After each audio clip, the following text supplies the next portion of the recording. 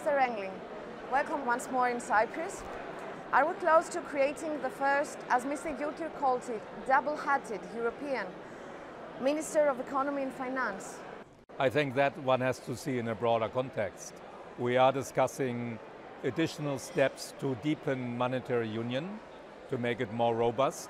One element among several is the question of a European finance minister, but I think it will only come at the end. First, one has to have more clarity about a possible mandate for a European finance minister. So there is the issue whether there will be a euro area budget or a fiscal capacity, deeper policy coordination, completing banking union. All that has to be discussed together, including a European monetary fund. And then if there's a mandate that requires a European finance minister, I think then it will happen, but it will not be at the starting point. It has been heard that you might take that position.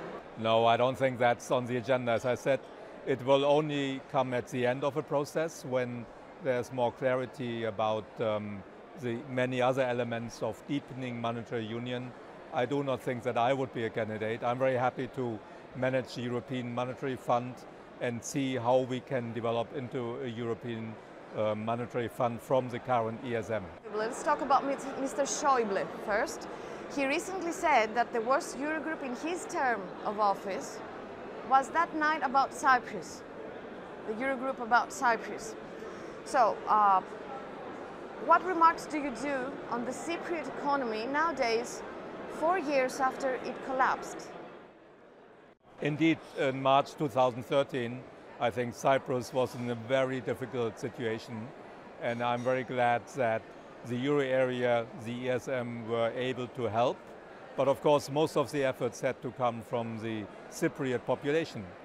They had to take the pain and the adjustment, which was unavoidable given that developments, the 10 years that led to the crisis, had been in the wrong direction.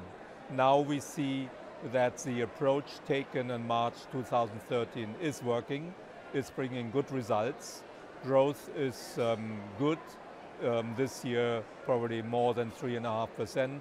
Unemployment is coming down, and in another 2 years will be below the level before the crisis. So there's a lot of progress. Of course, there remain challenges. We know that. The ESM follows very closely the Cypriot economy together with the other European institutions and the International Monetary Fund. We want to continue to help, and we know that there are big problems in the banking sector, but otherwise the tremendous since 2013 is tremendous. Is Cyprus in the fast lane then? I think now Cyprus is in the fast lane. Of course, one has to be careful because this never continues forever. So it's very important what economic policy will do the next few years.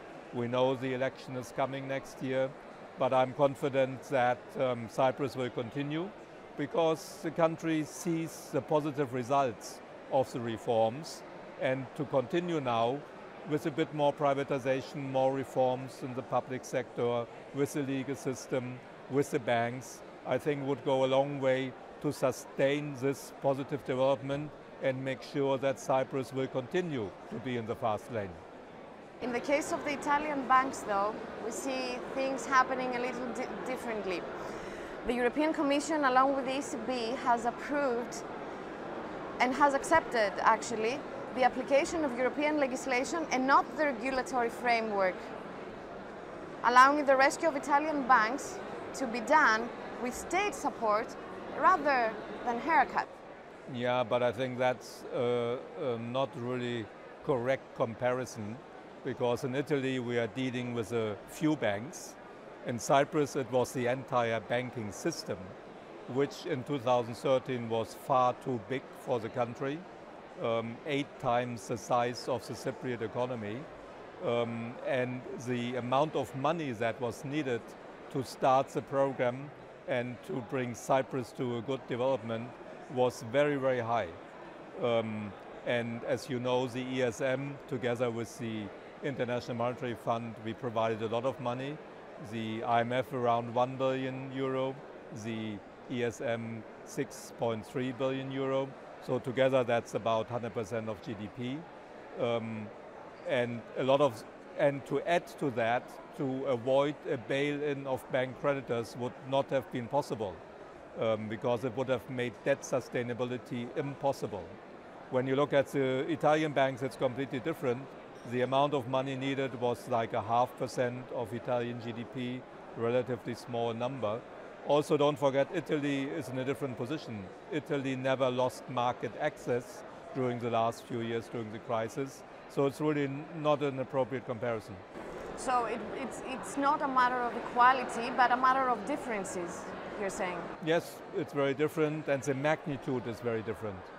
So let's open the chapter of the bad banks. Would this be a good idea? Is this chapter still open? I think looking into the possibility of a bad bank makes sense, because, as I said, Cyprus has made a lot of progress, but banks continue to have a problem. The system as a whole. Individual banks differ a lot, bank by bank, and we need some solutions. A bad bank might be part of that solution. The European Commission, together with the European Banking Association, is looking into a blueprint how national bad banks could work effectively and efficiently. But a bad bank on its own will not solve the problem. It can only be one part of the solution. It's very important also that banks do the necessary recapitalization up front. The government needs to create the legal framework for the disposal of non-performing loans. There has to be a secondary market.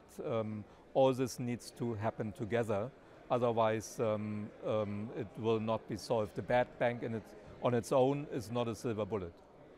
So could we see a European bad bank maybe also? That's difficult to see now, because the situation differs a lot country by country.